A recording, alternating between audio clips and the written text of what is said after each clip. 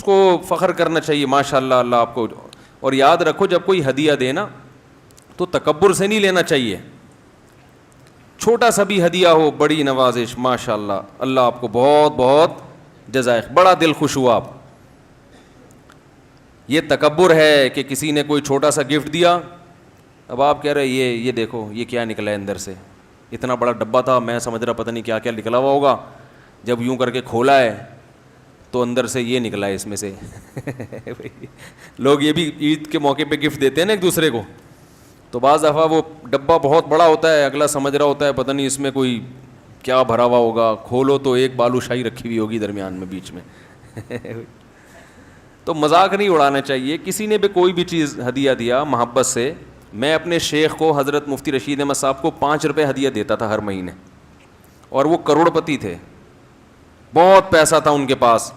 ان کے پاس تھا نا, ہمارے پاس تھوڑی تھا, تو ہم تو اپنے حساب سے دیں گے. تو وہ بڑے آرام سے لیتے تھے اور جیب میں ہمارے سامنے ڈال لیا کرتے تھے, ایسے لیے اور یہاں جیب میں, اور کچھ رقم صدقے کی دیتا تھا کہ یہ صدقہ کہیں بھی کرنا. اس کا نام تھا الوظیفۃ لتوسیع الرزق, یعنی 2 لفافے دیتا تھا ہر مہینے, ایک پر لکھتا تھا یہ رزق میں برکت کا وظیفہ, اس پہ ہدیہ نہیں لکھا ہوتا تھا. نہیں آ رہی بات, رزق میں وسعت کا ذریعہ, رزق میں برکت کا ذریعہ, یعنی صدقہ ہے نا, صدقے سے کیا ہوتا ہے,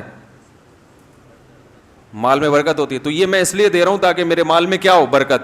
ہدیے پر نہیں لکھا ہوگا کہ اس لیے دے رہا ہوں تاکہ میرے مال میں برکت, یعنی اس کا مطلب یہ ہوا کہ شیخ کو گفٹ دینے کے لیے بھی مقصد کیا ہے, اپنے پیسے بڑھ جائیں, تو وہ تو بس محبت کا اظہار ہے, اس کا اور کوئی مقصد نہیں. یہ جو ہے یہ اس لیے ہے کہ جتنا غربا کو کھلائیں گے اللہ مال میں برکت دے گا. تو اس سے یہ ذہن سازی بناتے تھے حضرت کہ تم یہ نہ سمجھو کہ تمہاری جیب سے کچھ نکل رہا ہے, اصل میں انویسٹ کر رہے ہو, اس کا ریٹرن ملے گا تمہیں. سمجھ رہے ہو کہ نہیں سمجھ رہے؟ تو ہدیہ میں عیب نکالنا یا کسی قوم میں کوئی عیب ہو اس کا عیب تلاش کرنا, یہ چیزیں اللہ کو پسند نہیں ہیں. لا يسخر قوم من قوم عسى ان يكونوا خيرا منهم ولا نساء من نساء, عورتیں بھی عورتوں کا مذاق نہ اڑائیں. ایک حدیث میں آتا ہے لا تظہر الشماتة لأخیک, کسی میں کوئی عیب ہونا تو اس کے عیب کو دیکھ کے خوش مت ہو, خوش مت ہو. مذاق اڑاتے ہیں نا, جیسے بھپتیاں کستے ہیں کہ دیکھو یہ کیا ہے, اس کو تو دیکھنا نہیں آتا, یہ تو ہکلاتا ہے, یہ تو نظر نہیں آتا اس کو, یا یہ موٹا ہے بہت زیادہ. بعض لوگ فطرتاً موٹے ہوتے ہیں, وہ بیچارے ڈائٹنگ کرتے ہیں پھر بھی وزن بہت زیادہ ہے. اب لوگ جہاں بیٹھتے ہیں لوگ ان کا مذاق اڑا رہے ہوتے ہیں, وہ بیچارہ ذہنی مریض بن جاتا ہے, ذہنی. اور ایسے میں نے لوگ دیکھے ہیں, وہ ذہنی مریض بن جائے گا. کوئی بہت دبلا ہے تو ہر وقت اس کو دبلا وہ کہہ کے نا وہ کیا بن جاتا ہے, ذہنی مریض بن جاتا ہے. یہ بہت کڑوے جملے ہیں, ان کو زبان سے نکالنے سے پہلے 10 دفعہ سوچنا چاہیے. آپ اگر کسی کو کہہ رہے ہو نا ایسے مذاق, آپ سمجھتے ہو صرف میں اکیلا ہوں, دن بھر 10 لوگوں سے وہ یہی چیز سنتے سنتے ذہنی مریض بن جاتا ہے, پاگل ہو جاتا ہے. میں نے پاگل ہوتے ہوئے اپنی زندگی میں دیکھا ہے لوگوں کو, پاگل ہو گئے, وہ بالکل دماغی توازن خراب ہو گیا.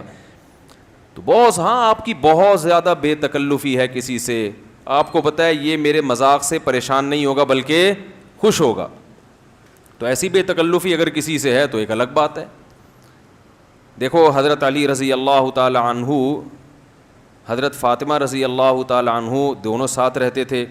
ایک مرتبہ نبی صلی اللہ علیہ وسلم گھر گئے ملنے کے لیے, تو ہم حضرت فاطمہ سے پوچھا علی کہاں ہیں, کہا کہ یا رسول اللہ ہم دونوں میں کچھ ناراضی ہوئی ہے, تو وہ گھر سے بولو نا بھائی چلے گئے. تو ہم ہوتے ہم کہتے ہیں ہمارے ہاں کا سسر جو مارکیٹ میں چل رہے ہیں وہ کس قسم کے چل رہے ہیں. بیٹی سب سے پہلے تو چھوٹی سی بات کو کیا کرے گی, 10 گنا بڑھا کے بتائے گی. ہر گھر میں چھوٹی موٹی ناراضی ہوتی ہے, چلتا ہے. یہ نہیں کہ فوراً ابا کو فون کر دو. لڑکیاں کیا کرتی ہیں, شادی کے بعد شوہر نے ذرا سی کوئی اوپر نیچے بات ہوئی فوراً ابا کو فون ملایا, اور ابا وہاں تپے ہوئے بیٹھے ہوئے ہوتے ہیں نا, بندوق لے کے, رخصتی کر کے وہ انتظار کریں ذرا فون آئے میں ٹھا کر کے گولی ماروں, یعنی ایک کچھ ایسا ہی کچھ بن رہا ہوتا ہے. تو ادھر فوراً ذرا سا پھڈا ہوا, اس نے اٹھا کے کوئی پلیٹیں ولیٹیں توڑ دیں, کوئی بیلن ویلن اٹھا کے اس نے مار دیا, تو باؤ ایک دم پھڈا شروع. اور بھائی ابھی نئی نئی شادی ہوئی ہے, یہ ذرا سمجھ لیں آپ کی, ابھی دولہا میاں جو یہاں بیٹھے ہوئے تھے نا, تو فوراً بیگم نے کیا کیا, فون ملایا. اور ایسے رو رو کے دکھڑے سنائے, ادھر ساس بھی فارم میں اور سسر, ان کو اپنا زمانہ یاد آ گیا ہیں بھائی. اور پھر وہ داماد کو فون کر کے سناتے ہیں, وہی تو بھی ہم آ رہے ہیں تمہاری ایسی کی تیسی. یہ کہتے ہیں آؤ آ کے دیکھو ذرا, آ جاؤ, ہم نے بھی آستینیں چڑھائی ہوئی ہیں.